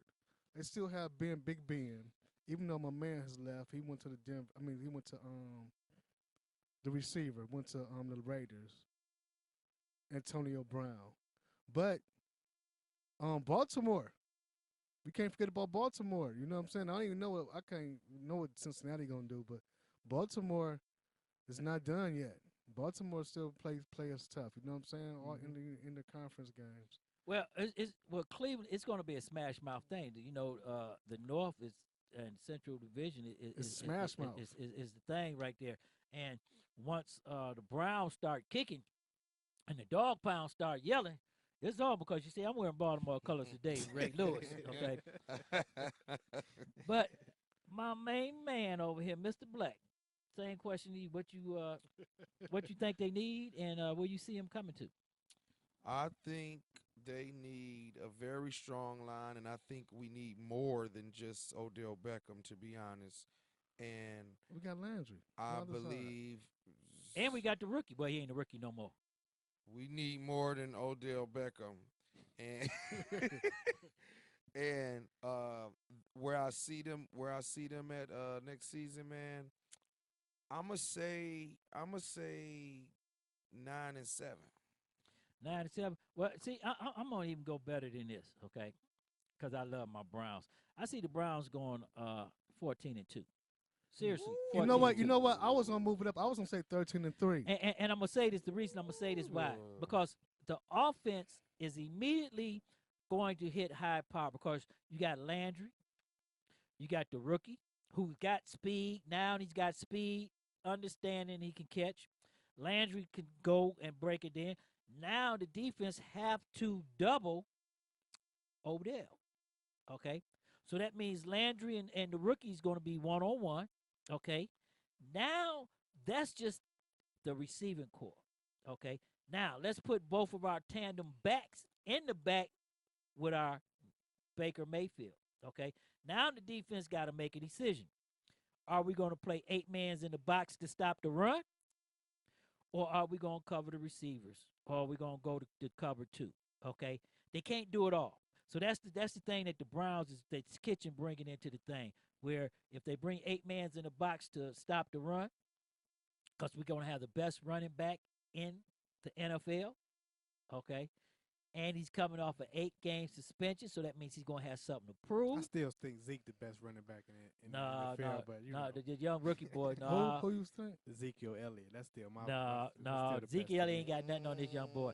If that boy would not have messed up here in Cleveland, he'd have took everything. And Kansas City, I'm going to say this, Kansas City would have ran all over Boston, okay? And they would have won the Super Bowl, okay? So that is the problem what hurt Kansas City when that running back went down, because the receiving core, everybody that played Kansas City had the same problem they're going to have with the Browns, okay?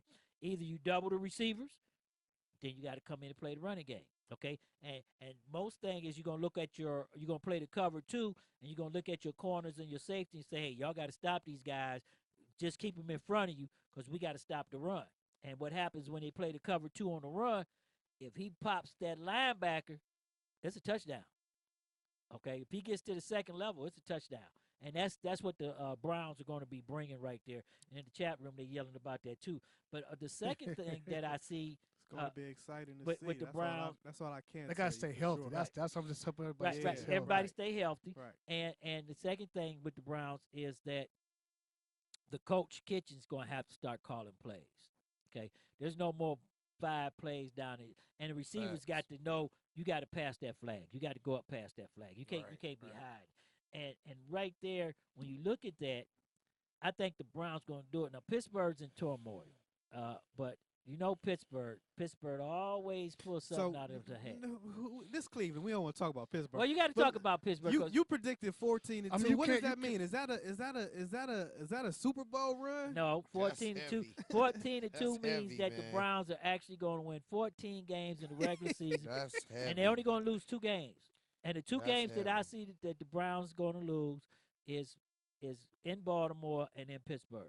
I think they take everything else. We might have to make a bet on that, Sean. I don't see 14 games coming. I'm going to have you in the studio because we're going to review this. I'm putting it right there when I make the call, because this year the Browns are really going to be something that everybody has to look forward to. And you have to ask this question right here when you go back into the things that's happening. Pittsburgh's in turmoil. They lost their running back, even though they got the rookie. We don't know how he's going to come out of this year because he took a beating this year, okay? Then they lost Antonio Brown, okay? So Big Ben doesn't have that double threat no more. J.J. Schuster might not sign. So there's some turmoil there. But which one of y'all said Pittsburgh do keep somebody? Right. They kind of remind me of the Patriots. They keep somebody that's to go, you know what I'm saying? But their coaching kind of fell off too. And you have to look at Baltimore. The Baltimore coaching did kind of fall off this, you know what I'm saying? Baltimore having problems too, Jay. Okay, Baltimore has some problems. They don't know if they want the black quarterback, if they want to go with Flacco. They got some problems with the running game and receiving core. Flacco was out. He's still in Baltimore. I don't know the changes that was actually made yet, if he's gone yet, because the biggest thing is there's going to be a lot of free agents coming up, and then Russell Wilson has set the standards for quarterbacks. So now everybody got to pay. Oh, well, he got paid, but Patrick Mahomes set the standard for quarterbacks. But Patrick Mahomes ain't making the money Russell Wilson. Yeah, because he ain't been in there long enough. So you go when you talk about the money, you got to go with the $132 million. Yeah, but Russell Wilson, God bless him, he got that contract, he got that money. I don't see him in the Seahawks really competing for no championship from here on out. Well, see, that's the problem, because now they don't have that cap space. See, the Browns have so much money. That's why we're able to make the moves we're making. And then you look at Dallas. Dallas had to go back and get Witten to come out of retirement. Okay. Oh, they did do that, huh? Yep. And then you have to look at this right now too. Your boy from Dallas outplayed himself. Nobody would sign him. That's something like Ezekiel. I think he's the best. Yeah, I like him. favorite. Yeah, he's my favorite too. Right He's my favorite too. Yeah. But Old State boy. Yeah. Zeke, I love Zeke because he's Old State boy, but he has nothing over. He can't carry the Cowboys, and you seen that last year. He can't carry the Cowboys. Not by himself. Okay, you know the Cowboys gutted their receiver core, so now they don't know what they're going to do with that. They had to bring back a tight end that was retired. Zeke can. Where is he at? He hasn't signed with anybody, has he? Their old receiver. No, because he outpriced himself. Yeah. He should have came with the Browns, signed that 1 year deal. Who you talking about? Dez Bryant. Yeah. See, when Dez Bryant refused to come with the Browns, this was a good year for him to come with the Browns, sign that 1 year deal, show everybody what he's going to do, because he would have helped the Browns get to the playoffs. Good locker room. Good for the locker room, too. Because that would have changed the dynamic also, because they would have had to double Dez, okay?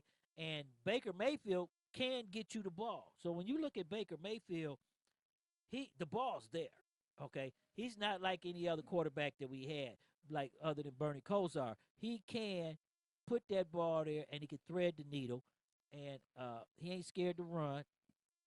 Okay, I want to ask you this. I'm glad you said that. Go ahead. Because he is the last rookie quarterback we had that did some good damage.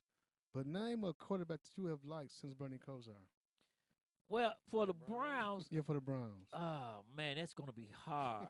And the reason I'm going to say that's going to be hard, because since Bernie Kosar, nobody's ever stepped in the role as a leader. I mean.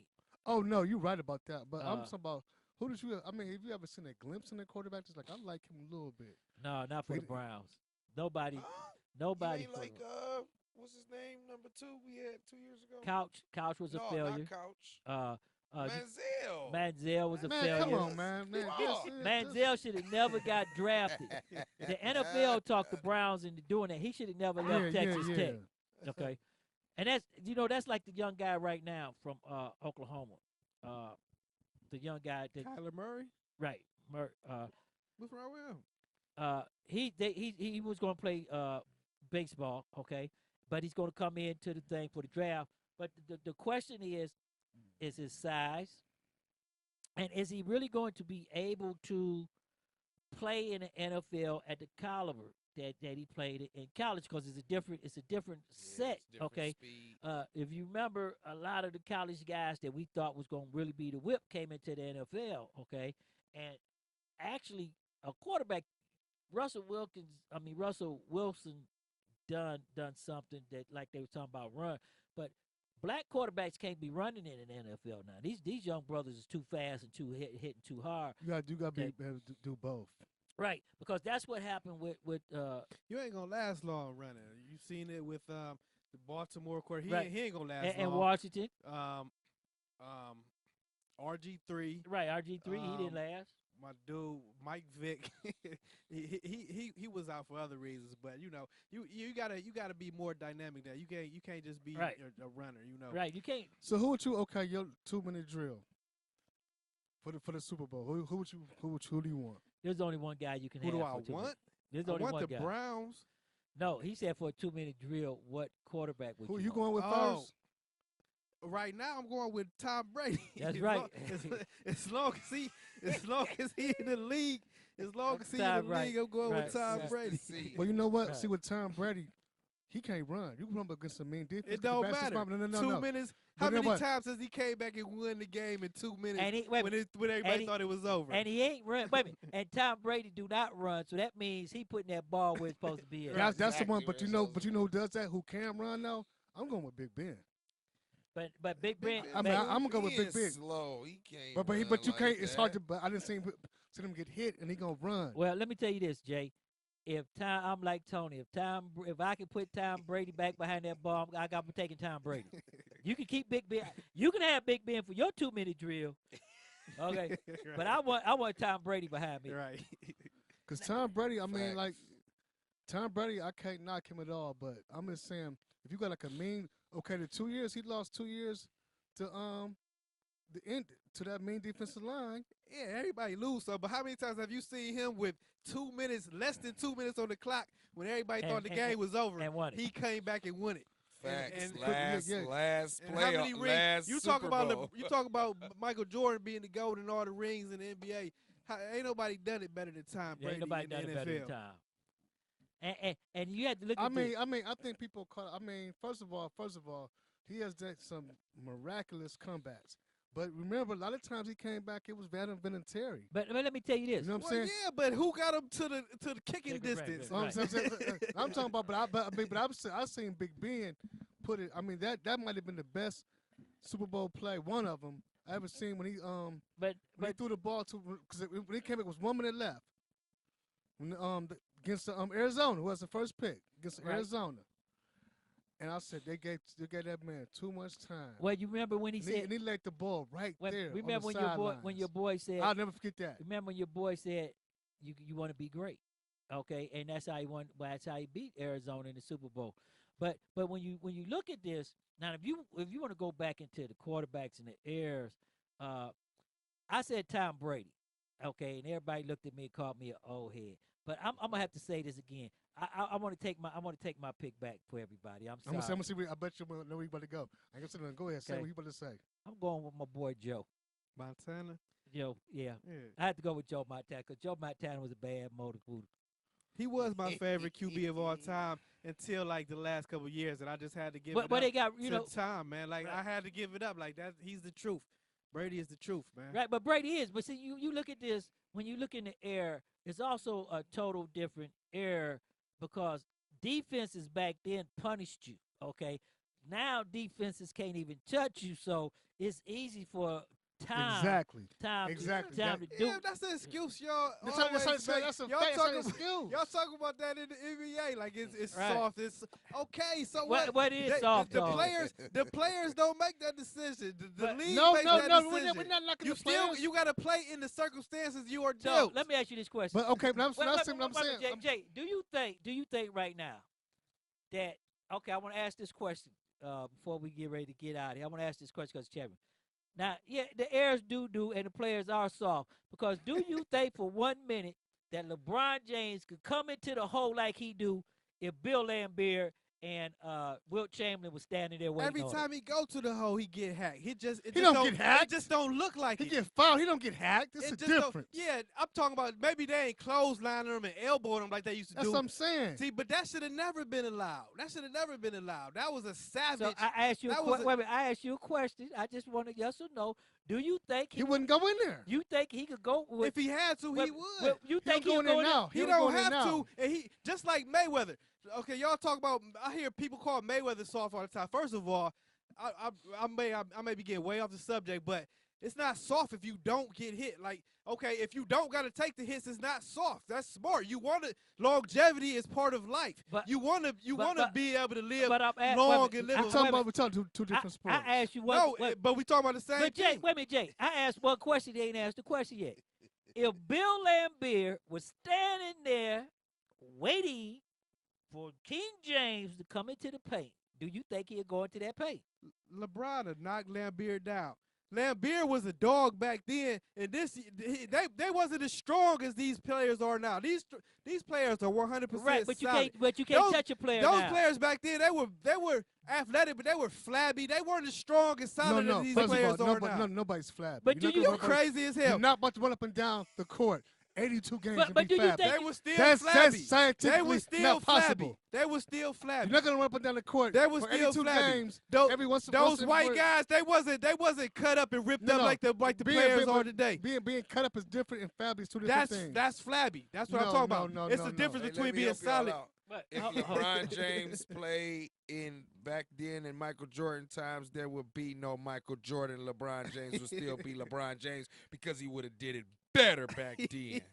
Okay, I'm glad you said. He'd have been dunking all over Clyde Drexler, Dominique Wilkins. He'd have been housing all of them. Think about it though. Michael was dunking on centers.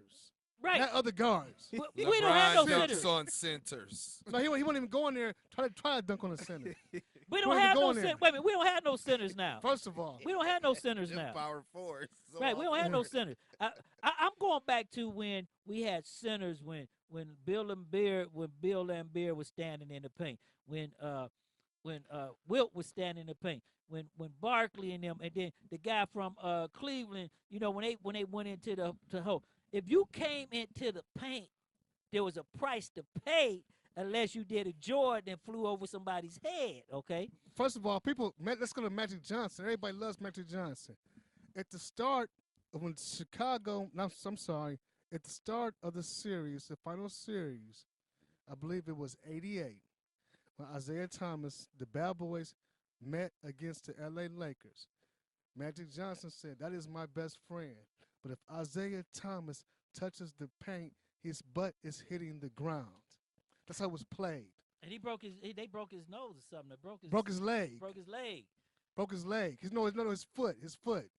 Cause back in those days, I can tell you one thing: Curry would have never be running in there doing those little layups. See, I don't want to. Okay. I don't want to take y'all way off course, But this is what we talk about. Y'all talk about the violence in society all the time and the problem with our young brothers and the violence. They ain't got nothing to do with sports. Yes, it do. That's sports. No. It wasn't malicious. If you talk about, it is malicious. If you talking about putting somebody on their ass and you breaking their nose, what's not malicious about that? He broke his foot. But that's all the good sports play. It ain't all the good sports. It's okay. I'm glad you said that. First of all, it's a mentality. It's a mentality. Well, boxing is hold on. Hold on, Jay. Maybe if you a professional athlete, you can take it. But when kids watch it and they take it out on the street court or they take it out on the streets, it becomes much more dangerous. So that's what I'm saying. Like the way the game is played. Well, you don't have to agree with it. It's really a fact of the matter. Like it's not a fact of the matter. That's why the rules have changed, because people have realized. People have. You can call it what you want to call it. First of all, if your son plays sports, do you want him getting elbowed and clothesline when he go to the hole? It's part of the game. No, it is. No. But, Tone, do you know Joe Jones damn near decapitated Brian Safe? Man, come on, man. I asked. So if your son play on a high school basketball team and he go to the hole and he get clothesline, you gonna scream, you gonna stand up and cheer, or you gonna rush the court. You gonna rush the court. You gonna rush the court. First, I'm not gonna rush the court. First of all, I'm not gonna do that. You gonna have a problem with it though. No, you gonna have a problem with it. No, I'm not. That's part of the game, man. That's part. First of all, hold on. First of all, hold on. Let you talk. Let me talk. Go ahead. First of all, when my son was playing football, I didn't want to be that father who gonna run up to like, hey, you do this. I said, I come to the sidelines real quick, like, man, you out there playing soft, dude. What is you doing? What? You ain't hitting nobody. For what? But what happened? Because he got tackled. That's part of the game. I didn't say that. I answered your question. No, you did. I guess I did. You didn't like my answer. But okay, let me ask you this question. Hold on, let me say the chat room. Wait a minute, hold on, Jay, because the chat room saying this, and we get ready to run out of time. I'll give you a thing. I want to say one thing. Go ahead, Jay. Go ahead. Okay, this is into my man Black and Michael Jordan at the age of 30. He was the MVP of the league. He got a championship. He was a scoring champ. He was a Finals MVP. He was all NBA first team, all defensive first team, fourth in defensive player voting for that year. Where's the boy LeBron at 34? He's at home. And he played when it was physical. And he did not play defense. He was not a champion. He was not the MVP. I mean, this is facts right here. So I'm not caught up in the moment. Okay, but Black, I'm a Cleveland fan. Wait a minute, Jay. I never liked Michael Jordan. Jay, I'm not a hater though. Jay, give him a little air because you got 30 seconds. Black, respond to that before we get ready to go. The only difference between LeBron James and Michael Jordan is Michael Jordan got 6 rings, which is a team effort. But first of all, he didn't have individual player. LeBron James is the best freak of nature we have ever seen on this planet Earth. Until Zion Williamson comes, okay, hold that thought. I rest my case. Hold that thought right there. He rests his case. Hold that thought, Jay. Fan base is big, I can't lose. She can bow down, I'm the next to move, but I'ma stay on the cool, remain on the under, cause like Andre 3000, your boy's ice cold. Ain't no limit to the gimmicks and ways to make money. No limit to the to act funny when you get that cake cause you spit that way. They may love you tomorrow when they hate you today, but yo, that's the way the story goes. So I was told, following the ramble down the yellow brick road. Please believe at the end ain't no pie to go, just some platinum beats from the Cleveland streets. Hey, right there, Tone the Stone is in studio. Tone, you know, the professor laid the law down, and he was really put it out there. And we want to thank the professor from the ATL for being with us tonight. Yes, thank you, Professor. So, Tone the Stone, tell me what's up with you. Go ahead. He did lay the law down. Shout out to the professor. He went deep. He went really deep. But that's, you know, shout out to him. I don't know. I ain't got much to say, man. I'm still kind of tripping off of y'all right now. Hey, Brother Black is back with us. Brother Black, hey, we thank you for being with us. Come on, Black. Say something for us before we get on up out of here. It's always a good time. Hello, world.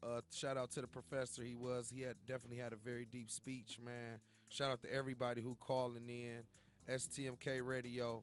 It's your boy Lorenzo Black, and I'm out.